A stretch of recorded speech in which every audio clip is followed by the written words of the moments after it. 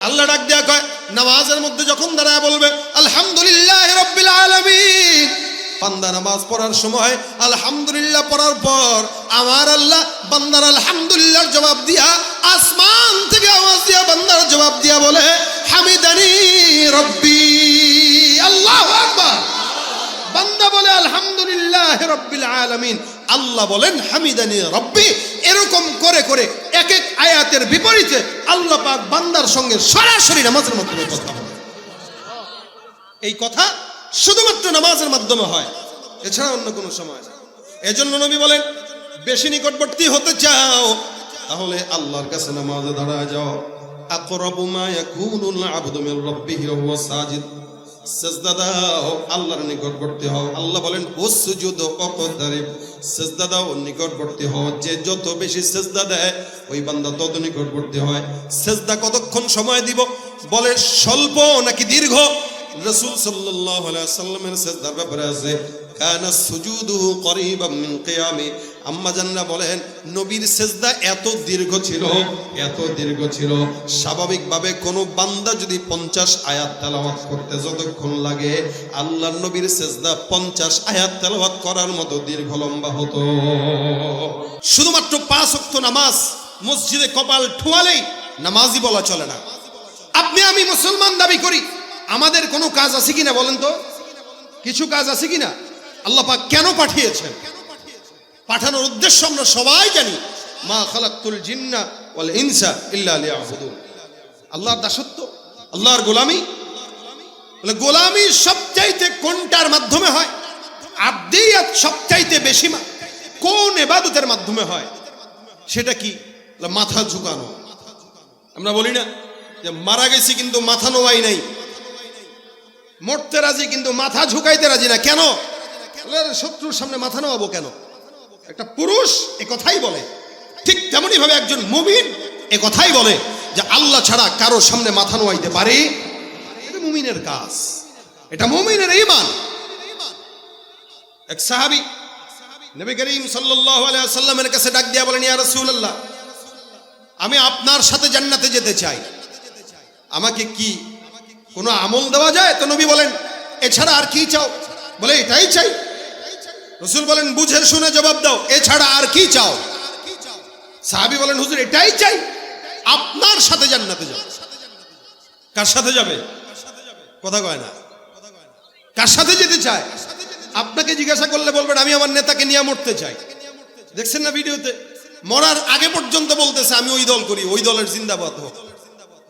কত বড় বেহায়া, কত বড় নাফরমান, নিমুখারাম হইলে দলের নেতার নাম নিয়ে নিয়ে মরাটাকে সৌভাগ্যের মনে করে।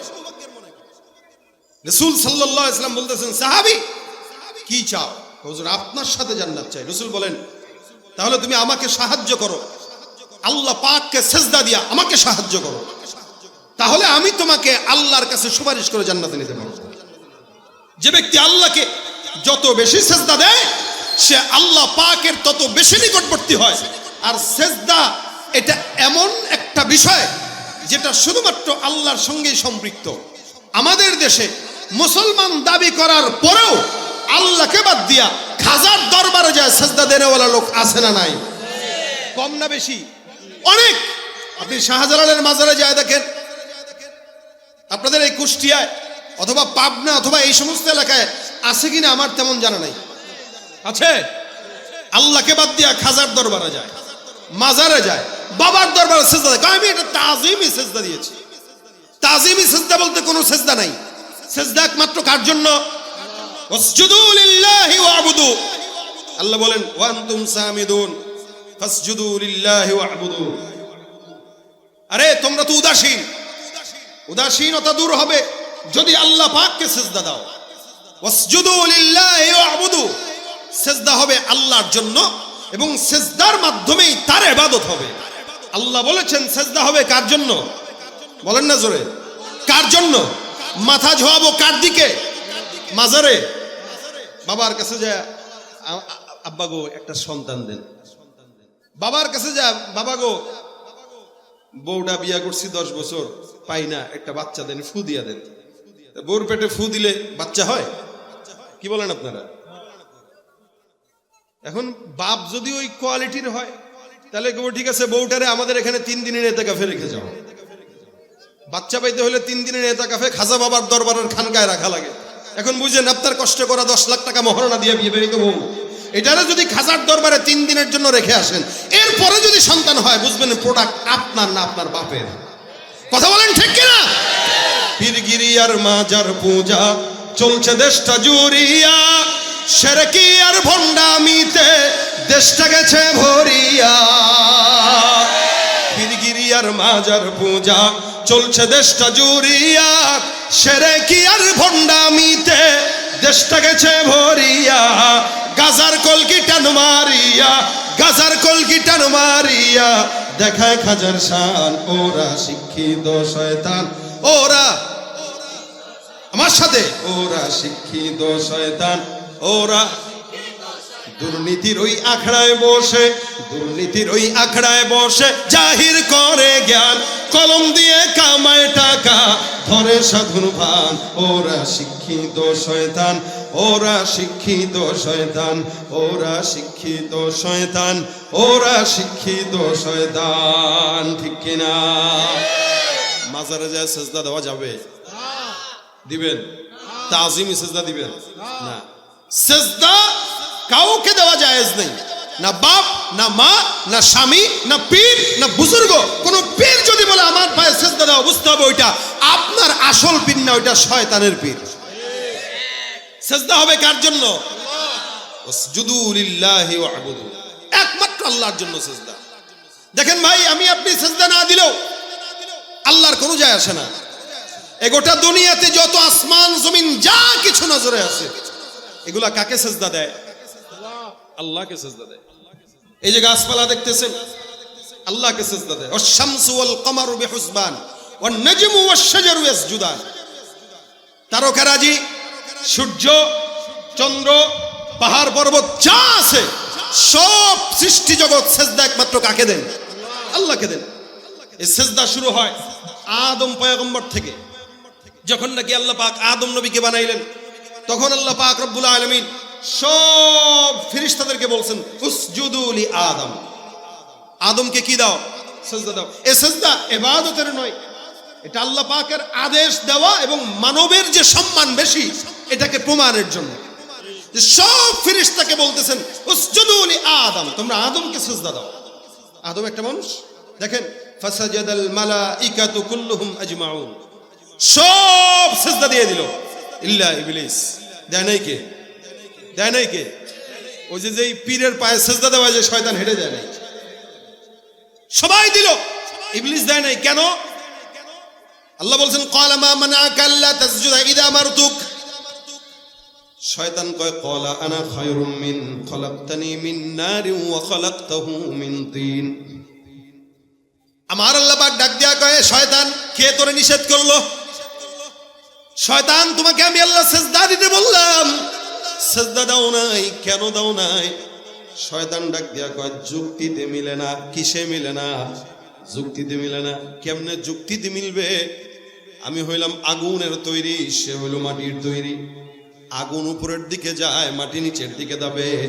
আমার মতো একজন আগুনের তৈরি সৃষ্টি মাখলুক, মাটি দ্বারা যার মাধ্যমে তৈরি হয়েছে, ওই মাটির তৈরি মানুষকে সেজদা দেওয়া আমার জন্য শোভা পায় না। আল্লাহ পাক বলেন যেহেতু শয়তান সেজদা দেয় নাই, অস্বীকার করলো, যার কারণে কিয়ামত পর্যন্ত তাকে লাঞ্ছিত অপমানিত শয়তান বানায় দিলাম। আল্লাহর আদেশ অমান্য করার কারণে কিয়ামত পর্যন্ত শয়তান। এখন শয়তানকে কিয়ামত পর্যন্ত যে শয়তান বানাইছে তার একটা রাগ আসেনি? এই দেখেন, যেগুলা নাফরমান, এরা বাবার সঙ্গে নাফরমানিও করে, আবার বাবা মায়ের দিলে বাবার বিরুদ্ধে চক্রান্তও করে।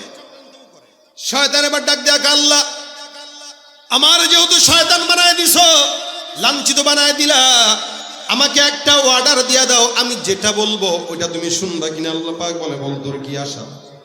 শয়তান বলে ক্বালা ফাবিইজ্জাতিকা লাউগফিয়ান্নাহুম আজমাইন। আপনার যত বান্দা আছে কিয়ামত পর্যন্ত সব বান্দাদেরকে আমি আল্লাহ পাক রব্বুল আলামিনের কুদরতি কদম বাদ দিয়া বাবার কদমে সেজদা দেওয়ার জন্য অনুপ্রাণিত করব। এই সুযোগটা মরণ পর্যন্ত, কিয়ামত পর্যন্ত আপনি আমাকে দান করে দেন। আল্লাহ পাক বলেন সব সুযোগ আমি আল্লাহ পাক রব্বুল আলামিন তোকে দান করলাম। এই জন্য আমার আল্লাহ ডাক দিয়া বলেন সুম্মা লাআতিয়ান্নাহুম মিন বাইনি আইদিহিম ওয়া মিন খালফিহিম ওয়া আন আইমানিহিম ওয়া আন শামাইলিহিম। শয়তান এমন একটা চিজ, আল্লাহ পাক রব্বুল আলামিন তাকে এমন একটা পাওয়ার দান করলেন যার কারণে শয়তান বান্দার ডান দিক থেকে, বাম দিক থেকে, পিছন দিক থেকে, সামনের দিক থেকে, চতুর্দিক থেকে বান্দাকে আল্লাহর ইবাদত থেকে দূরে সরানোর জন্য কিয়ামত পর্যন্ত চক্রান্ত করবে। যেই বান্দা দুর্বল ইমানদার, ওই বান্দা শয়তানের জালে পড়ে আল্লাহকে নয় খাজার দরবারে, লালনের দরবারে সিজদায় পড়ে থাকবে। আর যে শয়তানকে মানবে না তো সে মসজিদে চলে যাবে। ভাইরা আমার, আমার আল্লাহ পাক রব্বুল আলামিন ডাক দিয়া বলেন আলিল্লাহি ইয়াসজুদু মা ফিস সামাওয়াতি ওয়া মা ফিল আরদ মিন দাব্বাতিন ওয়াল মালাইকাতু ওয়া হুম লা ইস্তাকবিরুন। আসমানের দিকে তাকাও, জমিনের দিকে তাকাও, পাহাড়ের দিকে তাকাও, সমুদ্রের দিকে তাকাও, গোটা আসমানের জমিনের মধ্যে যা কিছু আছে আল্লাহ পাক রব্বুল আলামিন বলেন ওয়ালিল্লাহি ইয়াসজুদু মা ফিস সামাওয়াতি ওয়া মা ফিল আরদ। আসমানের জমিনের মধ্যে যা কিছু দেখা যায় এই সব কিছু আমি আল্লাহ পাক রব্বুল আলামিনকে সিজদা দেয়। সুবহানাল্লাহ, জোরে বলেন সুবহানাল্লাহ। আসমানে যা আছে, জমিনে যা আছে, জমিনে কি কি আছে? জমিনে খাল বিল আছে, নদী নালা আছে, এই জমিনের ভিতরে মানুষ বসবাস করে, পাহাড় পর্বত আছে, গাছপালা আছে, যা কিছু আছে। আসমানে কি আছে? আসমানে মেঘমালা আছে, তারকারাজি আছে, সূর্য আছে, চন্দ্র আছে। এই সব কিছু আল্লাহ পাক রব্বুল আলামিন বলেন এরা কোনো প্রকার অহংকার ছাড়াই আমি আল্লাহর কদমে সিজদা দেয়। ওয়ালিল্লাহি ইয়াসজুদু মা ফিস সামাওয়াত, আসমানে যা আছে এরাও সিজদা দেয়। এ মুসলমান নবীর উম্মত বুঝবেন, রাসূল করিম সাল্লাল্লাহু আলাইহি ওয়াসাল্লাম বর্ণনা করেন আসমান কত বড়, বিশাল বড়। আসমানের মধ্যে আল্লাহর হাবিব বলেন 4 আঙ্গুল পরিমাণ জায়গা খালি নাই, যেই জায়গায় আল্লাহর ফেরেশতা নাই, আর ওই ফেরেশতারা আল্লাহ পাকের কদমে সিজদা করত অবস্থায় নাই। রাসূল সাল্লাল্লাহু আলাইহি ওয়াসাল্লাম বলেন আসমানে 4 আঙ্গুল জায়গা খালি নাই। এখন আসেন, আসমানটা কত বড়? আপনার আমার কাছে মনে হবে যতটুকু দেখি মনে হয় এতটুকুই, বলে না? না, বিদায় নিহায়ার ভিতরে উল্লেখ আছে আসমান এখান থেকে, জমিন থেকে প্রথম আসমান পর্যন্ত আল্লাহর রাসূল বলেন 500 বছরের দূরত্বের রাস্তা। সুবহানাল্লাহ, আরো জোরে বলেন সুবহানাল্লাহ। এখান থেকে প্রথম আসমান পর্যন্ত কয়শো বছর? 500 বছর যাবার পর প্রথম আসমানের যে পৌরত্ব আছে, মোটা ছাদের একটা মোটা আছে, একটা ছাদ কয় ফুট, কতটুকু ঢালাই হয়?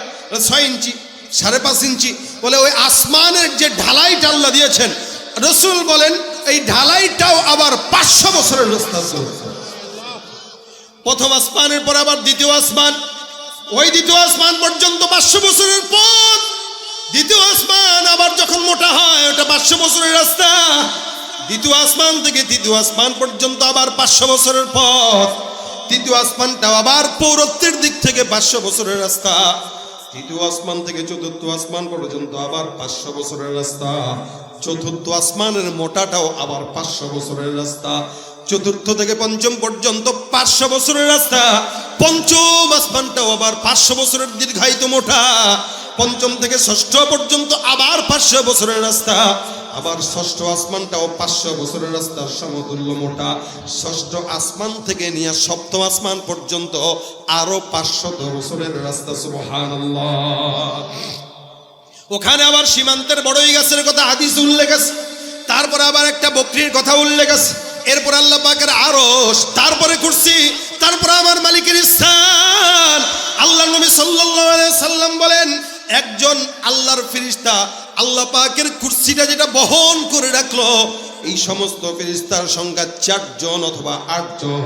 নবী করিম সাল্লাল্লাহু আলাইহি ওয়াসাল্লাম বলেন আল্লাহর আরশ আর কুরসিটাকে যেই সকল ফেরেশতারা বহন করে রাখলো, একটা ফেরেশতার বর্ণনা আমি তোমাদেরকে দেই, তোমরা বুঝবা। ওই ফেরেশতার কানের লতি থেকে নিয়ে কাঁধ পর্যন্ত 500 বছরের রাস্তার দীর্ঘ লম্বা। বিশাল বড় এই জমিন আসমান, বান্দাদেরকে আল্লাহ পাক জমিনের মালিকানা দিয়েছে, কিন্তু আসমানের মালিকানা কাউরে আল্লাহ দেয় নাই। এই জন্য আসমানের তারকা কেউ বলতে পারে না ওই তারকাটা আমার। কে এটা বলতে পারে না ওই সূর্যটা আমার, চন্দ্রটা আমার? এ মুসলমান নবীর উম্মতের দল, আল্লাহ পাক রব্বুল আলামিন গোটা আসমানের মালিকানা আল্লাহ পাকের কাছে নিয়ে নিলেন, জমিনটাকে বান্দার কাছে দিয়ে দিলেন। আল্লাহ বলেন আসমান আর জমিনের মধ্যে যা কিছু আছে নজরে পড়ে, এই সব মাখলুকাত কেবলমাত্র অহংকার ছাড়া, ভেজাল ছাড়া, রিয়া ছাড়া 24টা ঘন্টা আমি আল্লাহর কুদরতি কদমে সেজদা দিয়া থাকে। সুবহানাল্লাহ, জোরে বলেন সুবহানাল্লাহ। কার জন্য দেয়? কার জন্য দেয়? এ মুসলমান, সেজদা এমন একটা ইবাদত, নবী করিম হাদিস শরীফে ডাক দেয়া কয় আকরাবু মা ইয়াকুনুল আবদু মির রাব্বিহি ওয়া হুয়া সাজিদুন ফাআকসিরুদ দুআ। আল্লাহর হাবিব সাল্লাল্লাহু আলাইহি ওয়াসাল্লাম বলেন, সেজদা এমন একটা ইবাদত, যে ইবাদতটা বান্দা যত বেশি করবে আল্লাহর সঙ্গে বান্দার সম্পর্ক তত গভীর হয়ে যাবে। সুবহানাল্লাহ। কোরআন তেলাওয়াত করলেন, কোরআনের ভিতরে সেজদার আয়াত চলে আসলো। আল্লাহ রাসূল সাল্লাল্লাহু আলাইহি ওয়াসাল্লাম বলে, কেউ যদি সেজদার আয়াত তেলাওয়াত করে আর সেজদায় পড়ে যায়, শয়তান পিছন দিকে ফিরে পালায় আর ডাক দিয়া কয়, আল্লাহ এই বান্দাদেরকে তুমি মাটি দিয়া বানানোর পরেও তারা সেজদা দিয়া তোমার কাছে দামি হয়ে গেছে, আর আমি এই সেজদা না দেওয়ার কারণে কিয়ামত পর্যন্ত মানুষের মুখের গালির শিকার হয়েছি। যার কারণে দেখবেন যে যত বেশি শয়তান তারে মানুষ শয়তান বলেই গালি দেয়, ঠিক কিনা?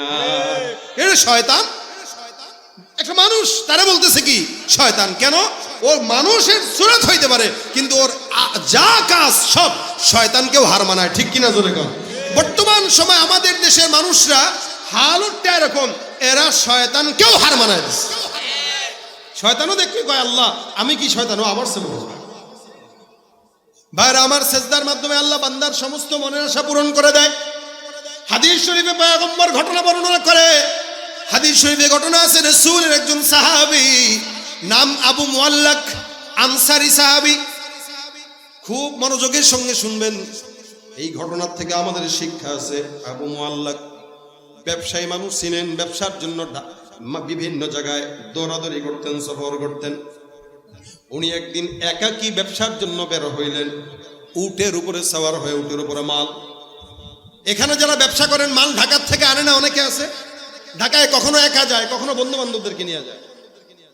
আবু মুআল্লাক উনি একাকী সফরটা করছেন। আরবের সফরের হালত ছিল এরকম, ঘোষণা করা হতো অমুক এলাকায় অমুক তারিখে একটা কাফেলা যাবে সিরিয়ার উদ্দেশ্যে, কেউ যদি আসো নাম লেখাও। তো নাম লেখানো হতো 100-150 জন, বাস একসঙ্গে রওনা হইতো। তা আবু মুআল্লাকের এই সফরটা সম্পূর্ণ একাকী ছিল, একাকী। উনি রওনা হয়ে গেছেন, ওনার সঙ্গে কেউ নাই, 2-1 সফর সঙ্গী। উটের উপরে বিশাল বড় মাল, বিশাল বড় মরুভূমির মাঝখানে যায়। যখন নাকি মরুভূমির মাঝখানে দুপুরবেলা তাঁবু টাঙাইলো বিশ্রামের জন্য, নিজে কিছু নামাজ কালাম পড়ে পানি টানি খাবার দাবার খেয়ে একটু বিশ্রাম নিল। বিশ্রাম নিতে নিতে হঠাৎ করে তাকায় দেখে চতুর্দিক থেকে ওনাকে ডাকাত সর্দার ঘেরাও করে ফেলছেন। বুঝেন যাচ্ছে কোথায়? ব্যবসায়িক সফরে। প্রতিমধ্যে মরুভূমির মাঝখানে তাঁবু গাড়লেন, আর এই তাঁবুটার চতুর্দিক থেকে ডাকাত সর্দার ঘেরাও করছে। ডাকাত যদি রাত্রেবেলা চলাচলের সময় আল্লাহ না করুক ধরে, তাহলে সুন্নত তরিকা আছে। মনে করেন একটা চাকুনি আপনারা ধরছে, এই দে আপনি, এই বেটা তুই ছিল সামনে বেটা, আমি অমুক দলের দল বললাম, কারণ এখন আর লীগ নাই, সব দল হয়ে গেছে, এই কারণে দলটা বললাম। সুতরাং ওইটা করলে আরো মায়ের বেশি খাইবেন। এই জন্য ডাকাত ধরলে কোনো দলের পরিচয় দিয়েন না, নেতার পরিচয় দিয়েন না, কারণ ডাকাত ওই মুহূর্তে নেতা আর দল রে গনায় ধরে কম। কথা বলবেন তো পেটে ছুরি ঢুকা লাজেম হয়ে যাবে। ডাকাত ধরলে সুন্নত তরিকা হইল। আবু মুআল্লাকের হাদিস থেকে শুনেন, ডাকাত ধরবে, ভাই সারেন্ডার হয়ে গেল, ভাই যা আছে নিয়ে আছে, দয়া করে আমার আঘাত দিস না। তখন ডাকাত চিন্তা করবে না এই লোক নিরাপদ, ভাই নে দে ভাগ। এরকম করে আবু মুআল্লাক কেউ ধরছে। আবু মুআল্লাক কয়, ভাই যা আছে নিয়ে নাও, আল্লাহর রাস্তায় গায়ের মধ্যে হাত দিও না। কি বলছেন?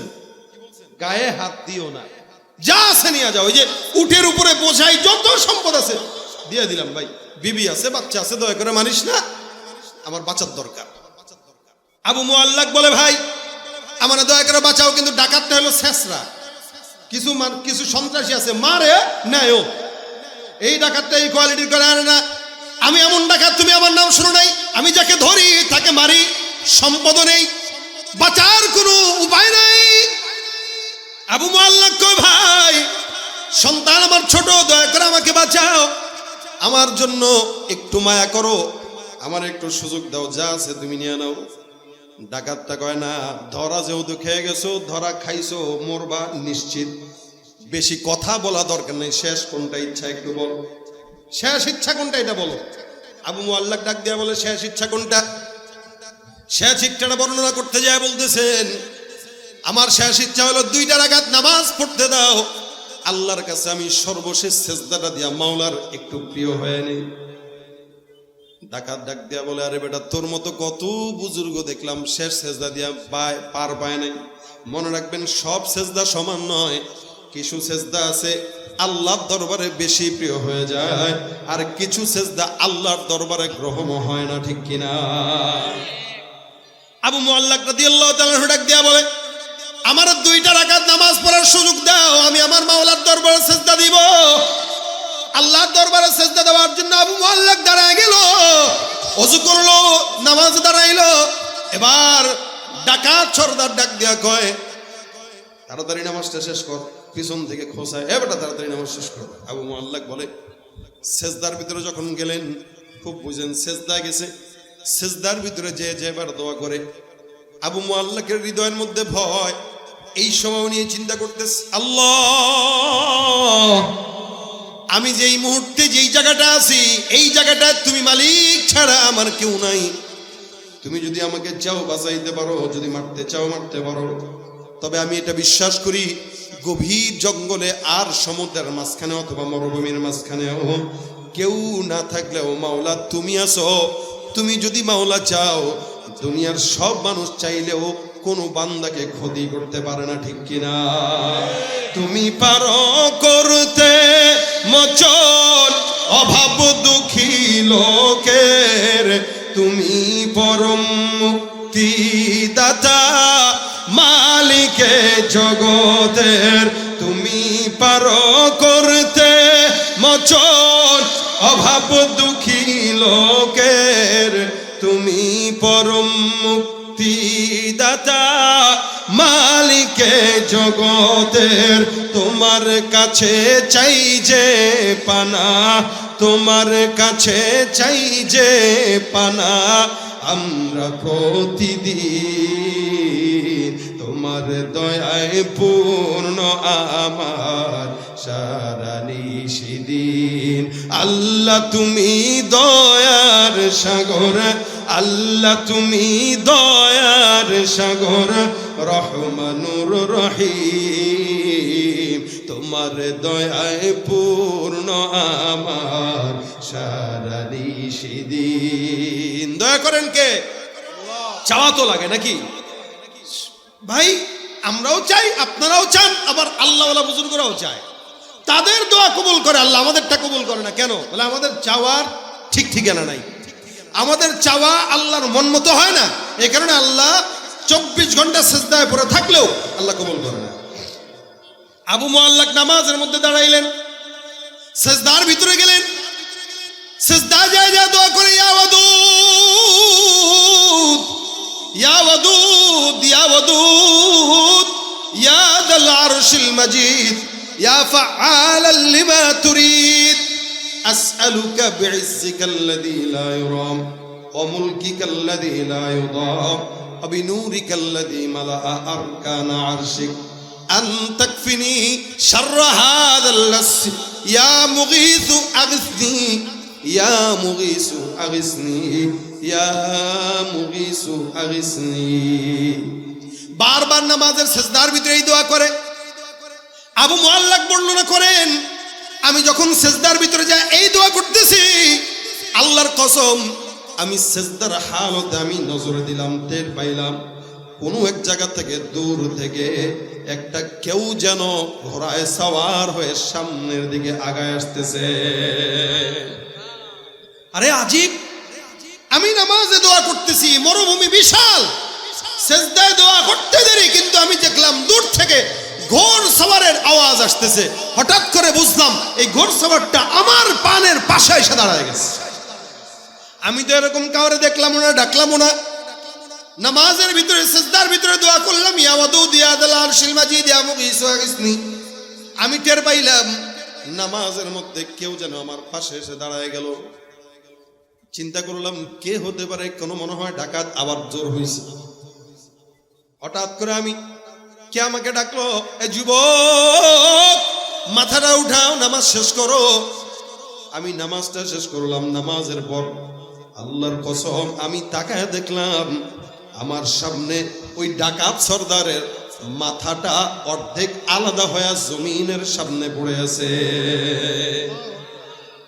আজীব অবস্থা, ডাকাতের মাথা কর্তন করা, জমিনে পড়া, সামনে সফেদ পোশাকে একজন আল্লাহর বান্দা দাঁড়ানো। আমারে কয়, ভাই টেনশন গেছেনি? আমি জিজ্ঞাসা করলাম, ভাই তুমি কে? লোকটা আমার ডাক দিয়া বলে, তুমি আমাকে চিনবা না, আমি হলাম চতুর্থ আসমান থেকে নাজিলকৃত একজন ফেরেশতা, আমি জমিনের কোনো বান্দা নয়, আমি চতুর্থ আসমানের সিজদারত অবস্থায় ছিলাম। হঠাৎ করে ঝনঝনানির আওয়াজ আমার কানে আসলো। কেউ মনে হয় জমিন থেকে বারবার পরে ইয়া মুগীসু আগিসনি, এটা আমার কানে দূর থেকে হাওয়া যেরকম ভেসে আসে এইভাবে আমার কানের মধ্যে ভেসে আসতেছে। হঠাৎ করে আমি চতুর্থ আসমান থেকে তৃতীয় আসমানে নামলাম। তৃতীয় আসমানে আওয়াজটা আর একটু স্পষ্ট হইল। দ্বিতীয়টায় নামলাম, প্রথমটায় নামলাম। হঠাৎ করে আমার মাওলা আমাকে ডাক দিয়া বলতেছে, ফেরেশতার দলেরা, জমিনে আমার একজন বান্দা বিপদের সম্মুখীন, তোমরা কে আসো? ওই বান্দাকে আমি আল্লাহর তরফ থেকে যে সাহায্য করে আসো। আমি আমার মাওলার ডাক দিয়া বললাম, মালিক, ওই বান্দাটার জন্য আপনি আমাকে নির্ধারিত করেন, আমি ওই বান্দার জন্য সাহায্যকারী হিসেবে যেতে চাই। আল্লাহর আদেশে তোমার কাছে এসে এই জাকাতকে আমি হত্যা করে আমার মাওলার আদেশ পালন করতে চলে আসলাম। সেজদার ভিতরে তুমি যে দোয়াটা করেছো, এই দোয়াটা আল্লাহ পাক রব্বুল আলামিন পর্যন্ত পৌঁছে। আমার আল্লাহ তোমার দোয়া কবুল করলেন। আল্লাহ কবুল করার কারণে তোমার জন্য আসমান থেকে সহায়তা পাঠায় দিলেন। মুসলমান ভাইরা আমার, প্রশ্ন করি, জবাব দেন তো, যে আল্লাহ পাক ১৫০০ বছর আগে আবু আল্লাহকে সাহায্য করলো, ওই আল্লাহ এখনো আছে না নাই? যেই জমিনের ভিতরে এই ঘটনা ঘটেছে ওই জমিনও এখনো আছে না নাই? সাহাবা একরাম ছিল মানুষ, আপনিও আমিও মানুষ। তারও নামাজ ছিল, আমাদেরও নামাজ আছে, এখনো নামাজ আছে, তখনও নামাজ ছিল, কিন্তু পার্থক্য আছে না নাই? লোকও আসিল, আল্লাহ ছিল, এখনো লোকও আছে, আল্লাহ আছে, তখনও জমিন ছিল, এখনো জমিনও আছে, কিন্তু সেই ঈমান আর ইখলাস আর তাকওয়া নাই, যার কারণে আমাদের সমাজে নামাজি বান্দা থাকতেও ঘুষখোর আর সুদখোরের কমতি হয় না। ঠিক কিনা? নামাজ পড়া মসজিদ থেকে বের হয়ে সিগারেট ধরায় দেয়, নামাজও পড়ে জনগণের টাকা চুরি করে খায়, নামাজ পড়ে ব্যবসার ভিতরে ২ নাম্বারি করে, নামাজ পড়ে জনগণকে ধোঁকা দেয়, নামাজ পড়ে দিনের বুট রাতে নিয়ে পাশ হয়ে যায়। যতদিন পর্যন্ত সমাজের বান্দাদের ইখলাস ঠিক না হবে, আল্লাহর কসম, ততদিন পর্যন্ত আল্লাহর গায়বী মদদ আসমান থেকে আসবে না। ঠিক কিনা? নামাজ তখনও ছিল, এখনো আছে, ভবিষ্যতেও থাকবে। নামাজি করতেছে, কিন্তু তাকায় দেখবেন চেহারার দিকে, অধিকাংশ নামাজির চেহারার সাথে কোনো নূরের সম্পর্ক নাই। সেজদা দিতেছে যেন রিয়া মোতাবেক দিচ্ছে, বাস মানুষকে দেখানো লাগবে তাই দিচ্ছে, দায় সারা সেজদা দিচ্ছে। মসজিদে যাচ্ছে ঠিকই, আসতেছে ঠিকই, কিন্তু ঘুষ, সুদ, জেনা, ব্যভিচার, সন্ত্রাসী কার্যক্রম, এমন কোনো অন্যায় নাই যেটা সে করে না। আর এই হালতে কেউ যদি নামাজ আদায় করে, কিয়ামত পর্যন্ত নামাজ আদায় করবে, জিন্দেগিতেও ওই নামাজি বান্দা আল্লাহর প্রিয় হতে পারবে না, আর ওই সেজদার মাধ্যমে জান্নাত পাওয়া সম্ভব না। কথা ঠিক কিনা জোরে কর ভাইরা আমার। এই কারণে যতদিন পর্যন্ত ঠিক মতো আল্লাহর গোলামি না করবেন, আল্লাহ আপনার কথা শুনবে না। আল্লাহ পাক ডাক দেয়া কানা ইনদা যান্নি আবদি বি, আমার বান্দা আমার প্রতি যতটুকু ধারণা রাখবে, আমি আল্লাহ তার জন্য ততটুকুই ব্যবস্থা রাখবো। সাহাবী যতটুকু ধারণা রাখছে আল্লাহ ততটুকু রাখছে। আমরা এখন বিপদে পড়লে আগে মেম্বারের কাছে যাই, চেয়ারম্যানের কাছে যাই, এমপির কাছে যাই, ইউনোর কাছে যাই, উপজেলা চেয়ারম্যানের কাছে যাই, প্রশাসনের কাছে যাই। এত 14 জায়গায় ঘোরা লাগতো না শুরুতেই যদি আল্লাহর কাছে যাই। কি বলেন? শুরুতে নামাজে দাঁড়ায় আল্লাহর কাছে চাইতেন, আল্লাহ বলতো যে আমার কাছে যেহেতু আগে চাইছে 14 জায়গায় যাওয়ার রাস্তাটা বন্ধ করে আগেই তার কাজটা করে দেই। এখন 14 জায়গায় যায় যখন কাজ হয় না তখন কাহারে আল্লাহ তুই ছাড়া তো আর কেউ নাই। 14 জায়গায় পরকিয়া কইরা এরপরে মালিকের প্রেম এটা আল্লাহ গ্রহণ করবে না। ঠিক পরকিয়া বিবিকে যেরকম স্বামী গ্রহণ করতে চায় না, পরকিয়া বান্দাকেও তার মাওলা গ্রহণ করতে চায় না। পরকিয়া বান্দা মানে নেতার প্রতি প্রেম আছে, আল্লাহর প্রতি প্রেম নাই। আল্লাহকে আমি বানাইলাম, আমি খাওয়াইলাম, আমি পড়াইলাম, সব আমি দিলাম, আর মহব্বত করে নেতারে। কোন নেতা উঠতে বসতে মিথ্যা বলে 100 টাকা? কোন নেতা ঘুষের টাকা না খাইলে পেটের ভাত হজম হয় না? কোন নেতা জনগণের টাকা চুরি করে আঙুল ফুলে কলা গাছ হওয়া নেতা? এরকম নেতা যদি চান তাহলে আরো গোলামি করেন। সমাজের হালত যেই লাউ সেই কদুই থাকবে। এ কারণে আমাদের মহব্বত নেতাদের প্রতি থাকবে, পীরের প্রতি থাকবে, আলেমদের প্রতি থাকবে, বাবা মায়ের প্রতি থাকবে। তবে আল হুব্বু ফিল্লাহ ওয়াল বুগদু ফিল্লাহ, মহব্বতটা ততক্ষণ যতক্ষণ নেতা আল্লাহর পক্ষে আছে ততক্ষণ। নেতা যদি আল্লাহ আর ইসলাম থেকে দূরে সরে যায় ওই নেতাকে 1 সেকেন্ডের জন্য মানবো না, মানতে পারি না। কথা ঠিক কিনা জানেন? কারণ এরা যে আগেও যেমন ছিল এখনো এমনই আছে, ভবিষ্যতে এমনই থাকবে। ওই মাঝখান দিয়া জনগণ হিসেবে আপনি তার গোলামি করে আপনার কোনো ফায়দা নেই। টিনের চালে আপনি থাকবেন, আপনার টিনের চালই জুটবে, এর চেয়ে বেশি কিছু জুটবে। এই কারণে গোলামি যদি করতে হয় কার হবে বলেন না? কার হবে? যাদের হাতে যায় ক্ষমতা, দেশ যেন বাপের ভিটা, রাখতে চেয়ার শুরু করে বিদেশিদের পাচাটা। যাদের হাতে যায় ক্ষমতা, দেশ যেন বাপের ভিটা, রাখতে চেয়ার শুরু করে বিদেশিদের পাচাটা। বিদেশিদের কথা মতো চালায় ওরা নিজের দেশ। দেখতে দেখতে গোল্লায় গেল আমার সোনার বাংলাদেশ। একে একে শেষ করেছি সবার দেখা হইল শেষ। দেখতে দেখতে গোল্লায় গেল আমার সোনার বাংলাদেশ। দেখতে দেখতে গোল্লায় গেল আমার সোনার বাংলাদেশ। কেউ দিল না সবাই নিল, আমরা যে কলর বলদ, সারা বছর নেয় না খবর, নির্বাচনে খুব দরদ। কেউ দিল না সবাই নিল, আমরা যে কলর বলদ, সারা বছর নেয় না খবর, নির্বাচনে খুব দরদ। নির্বাচনের আগে নেতা ধরে কত রকম বেশ, নির্বাচনের আগে নেতা ধরে কত রকম বেশ। দেখতে দেখতে গোল্লায় গেল জোরে, দেখতে দেখতে গোল্লায় গেল। একে একে শেষ করেছি সবার দেখা হইল শেষ। দেখতে দেখতে গোল্লায় গেল আমার সোনার বাংলাদেশ। দেখতে দেখতে গোল্লায় গেল আমার সোনার বাংলাদেশ। মুসলমানের দেশটা মোদের আছে খাতা কলমে, দোষের দোষী যে বাজারাই শাস্তি পায় যে আলেমে। মুসলমানের দেশটা মোদের আছে খাতা কলমে, দোষের দোষী যে বাজারাই শাস্তি পায় যে আলেমে। ওরা ইসলাম বেচেই ক্ষমতাটা পাকাপোক্ত করে বেশ, ইসলাম বেচেই ক্ষমতাটা পাকাপোক্ত করে বেশ।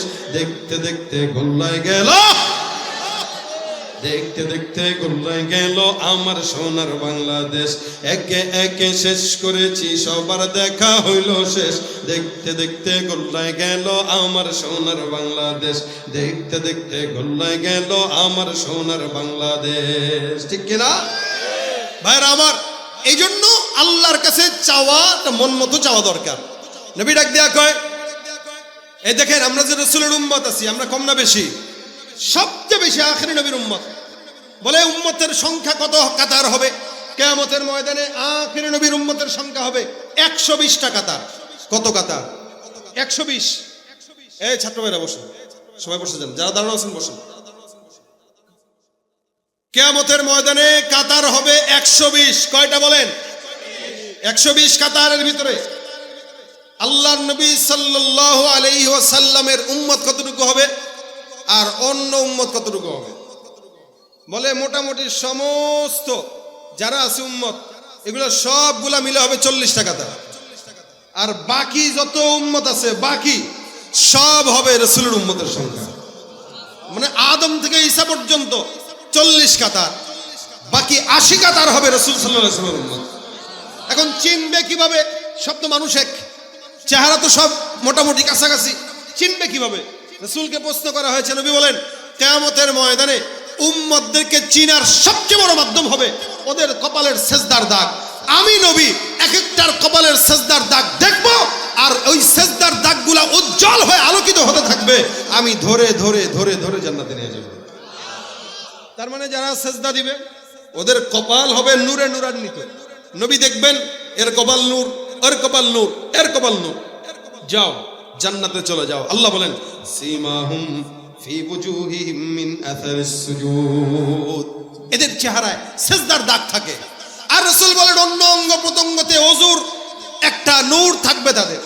দেখেন কেউ যদি সেজদা, ওযু সেজদা এমন দামি জিনিস, কেউ সেজদা দেওয়ার জন্য যদি ওযু করে, রাসূল বলেন ওযু করলে বান্দার এই বান্দা যখন হাত ধোয়, এই হাতের কবজি থেকে যত গুনাহ আছে ওযুর পানির মাধ্যমে বান্দার হাতের গুনাহ আল্লাহ ঝরায় দেয়। বান্দা যখন কুলি করে, মুখ দিয়ে যে গালিগালাজ করছে, ফাহেসা কথাবার্তা বলছে, তো ফাহেসা কথাবার্তা বলার যে গুনাহ আছে কুলির পানির মাধ্যমে মুখের সব গুনাহ ঝরায় দিবেন। যখন বান্দা হাত ধৌত করবে, তো হাত দিয়ে যদি কোনো গুনাহ করে তো এই গুনাহ আল্লাহ পাক ঝরায় দিবেন। যখন পাও ধুবে তো পাওয়ের গুনাহ ঝরায় দিবেন। হ্যাঁ, হযরত ইমাম আযম আবু হানিফা রাহমাতুল্লাহ আলাইহি এক বান্দার এরকম ওযুর পানির সাথে গুনাহ ঝরে যেতে উনি নিজের চোখে দেখেছেন। এটা আমাদের আকাবিরদের চোখ ছিল, অন্তর চক্ষু খোলা ছিল, ওনারা দেখতেন, আমরা দেখতে পাই না। এটা আমাদের দুর্বলতা, ঈমানের কারণে। এই জন্য ভাইরা আমার, ওযুর মাধ্যমে আল্লাহ পাক বান্দার ওযুর সব অঙ্গ প্রত্যঙ্গের মাধ্যমে বান্দার গুনাহ দূর করে দিবেন। এরপরে যখন সিজদায় যাবে, রাসূল বলেন আকরাবু মা ইয়াকুনুল আবদু মির রাব্বিহি ওয়া হুয়া সাজিদ।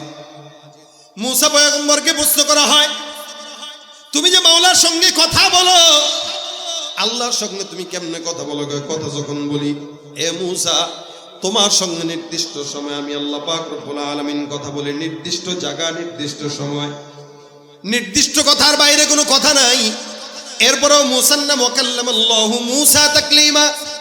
কিন্তু শেষ জামানায় আমি এমন একদল উম্মত পাঠাবো যারা আখির নবীর উম্মত, আখির নবী মুহাম্মদুর রাসূলুল্লাহ সাল্লাল্লাহু আলাইহি ওয়াসাল্লামের উম্মতরা, ওরা যখন জমিনের মধ্যে আসবে, তুমি মুসা নির্দিষ্ট সময়ে অনুমতি নিয়ে কথা বলো, তবে আমি আর মাঝখানে, তোমার মাঝখানে, মুসা আর আল্লাহর মাঝখানে 70,000 নূরের পর্দা থাকে।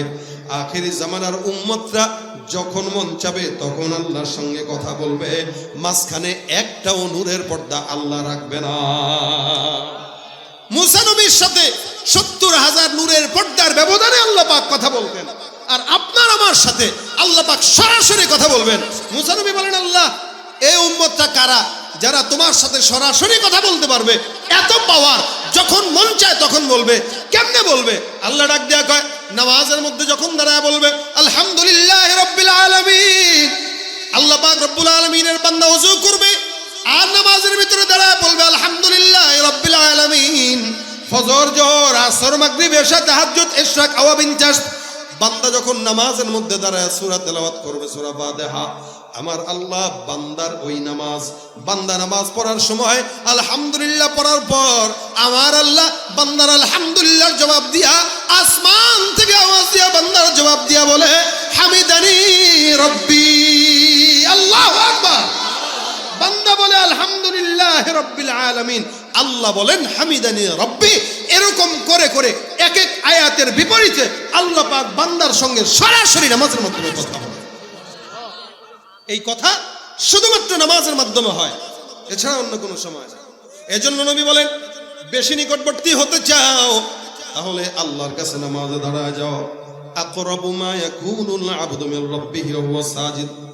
সিজদা দাও, আল্লাহর নিকটবর্তী হও। আল্লাহ বলেন ওয়াসজুদ ওয়াকতারিব, সিজদা দাও, নিকটবর্তী হও। যে যত বেশি সিজদা দেয় ওই বান্দা তত নিকটবর্তী হয়। সিজদা কতক্ষণ সময় দিব? বলে স্বল্প নাকি দীর্ঘ? রাসূল সাল্লাল্লাহু আলাইহি ওয়াসাল্লামের সিজদার ব্যাপারে আছে, কানা সুজুদুহু করিবাম মিন কিয়ামি, আম্মা জানরা বলেন নবীর সেজদা এত দীর্ঘ ছিল স্বাভাবিকভাবে কোনো বান্দা যদি 50 আয়াত তেলাওয়াত করতে যতক্ষণ লাগে, আল্লাহর নবীর সেজদা 50 আয়াত তেলাওয়াত করার মতো দীর্ঘ লম্বা হতো। সুবহানাল্লাহ। দেখেন রাসূলের সেজদা ছিল 50 আয়াত তেলাওয়াত করলে যতটুকু সময় লাগে, নবীর স্বাভাবিক সেজদা কখনো কখনো এরকম 50 আয়াত সমান তেলাওয়াত সেজদা হইত। কখনো তো অন্য আম্মা জানরা বলতেন যে রাসূলের সাথে আমরা একদিন নামাজে পিছনে দাঁড়াইছি, তো সেজদায় দিতে দিতে দিতে দিতে কিরে সেজদা দীর্ঘ করতে করতে রাসূল উঠে না, আমরা ভয় পেয়ে গেছি। আমরা নামাজ শেষ করে রাসূলের পা নাড়া দিছি যে নবী আছে কিনা, দেখলাম নবী নড়ছেন, তার মানে নবী আছে, কিন্তু সেজদায়। নবীর সেজদা শেষ হওয়ার পর আমরা জিজ্ঞাসা করলাম, ইয়া রাসূলুল্লাহ আপনি এত দীর্ঘ সেজদা দিলেন, আমরা সেজদা দিতে দিতে ভয় পেয়ে গেছি যে আমাদের মাথার রক্ত নাক দিয়ে পড়বে, কিন্তু আপনি যে সেজদা দিলেন আপনার তো কিছু হইল না। রাসূল বলেন আমি তোমাদের মতো না, সুতরাং সেজদা তোমরা দীর্ঘ করো, যে যত বেশি দীর্ঘ সেজদা করবে তার সাথে তত আল্লাহ পাকের তাআল্লুক দীর্ঘ হয়ে যাবে।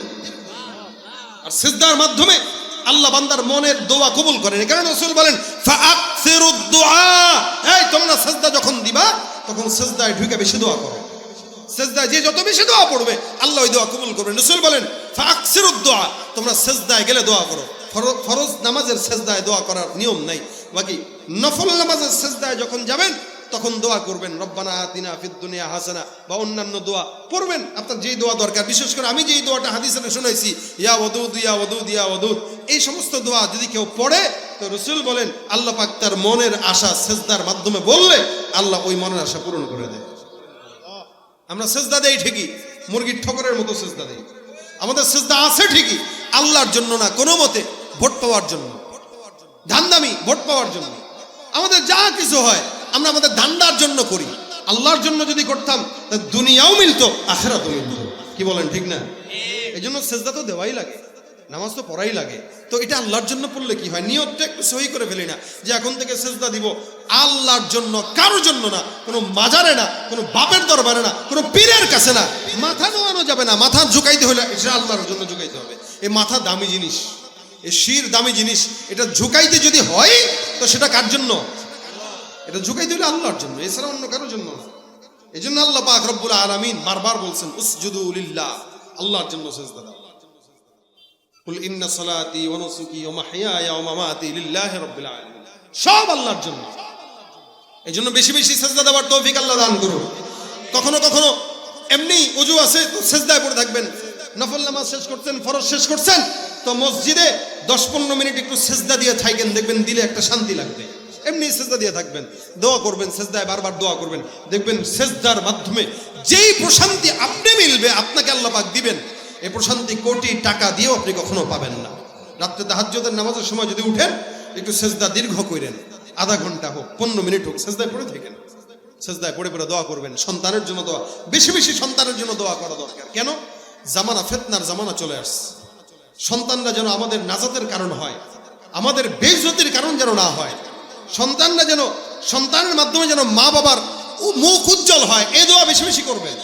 ইনশাআল্লাহ আল্লাহ সেজদার মাধ্যমে বলা দোয়াগুলো আল্লাহ কবুল করবেন। এই জন্য ওই লালনের কাছে যায় অথবা বাবার কাছে, শাহজালালের মাজারে, বিভিন্ন জায়গায় যে সেজদা না দিয়া মসজিদে যে আল্লাহর জন্য সেজদা দেব, যেই জরুরত থাকুক, যেই হাজত থাকুক, সেজদা দিয়া মালিকরে হাজত করবেন। আল্লাহ পাকের হাবিব বলেছেন, আল্লাহ বলেছেন দোয়া কবুল করবেন। কোনো সন্দেহ আছে? কথা বলে না, কোনো সন্দেহ আছে? আল্লাহ আল্লাহ রসুলের কথা মিথ্যা? সন্দেহ হয় আপনাদের? এই জন্য যা বলবো আল্লাহর কাছে বলবো, সেজদায় পড়ে বলবো ইনশাআল্লাহ। আল্লাহ আমাদের সকলকে বেশি বেশি সেজদা দেওয়ার তৌফিক দান করুন। যারা বলেন আমিন। আমাদের নামাজ পড়ার তৌফিক দান করুন এবং আল্লাহর কাছেই চাওয়ার তৌফিক দান করে বলেন আমিন। এই জন্য আপনাদের এই এলাকার যুবকরা যারা রাজনীতির সাথে জড়িত, অনেকে আছে, অধিকাংশ মানুষই রাজনীতি করে, এই রাজনীতির সাথে যারা জড়িত আছেন, ভাই আল্লাহর হস্তে নেতারে আল্লাহর উপরে নিয়েন না। ততটুকুই মানবেন যতটুকু নেতা ইসলামের ভিতরে থাকবে। যদি দেখেন নেতা চুরি করতেছে, জনগণের টাকা চুরি করে খাচ্ছে, সুন্দর করে নামটা লিস্টে ক্রস চিহ্ন দিয়ে বেরোয় যায়, আরেক নেতা ধরবেন যে নেতা ইসলাম ফলো করে।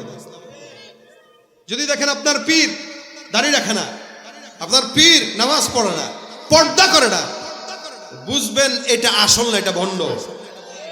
এই পীর কেউ ক্রস চিহ্ন দিয়া অন্য জায়গায় যাবেন, হাত্তা কি আপনার মা বাবাও যদি ইসলামের বিরুদ্ধে যায় আপনিও তার বিরুদ্ধে যাবেন, এটা আপনার ঈমান।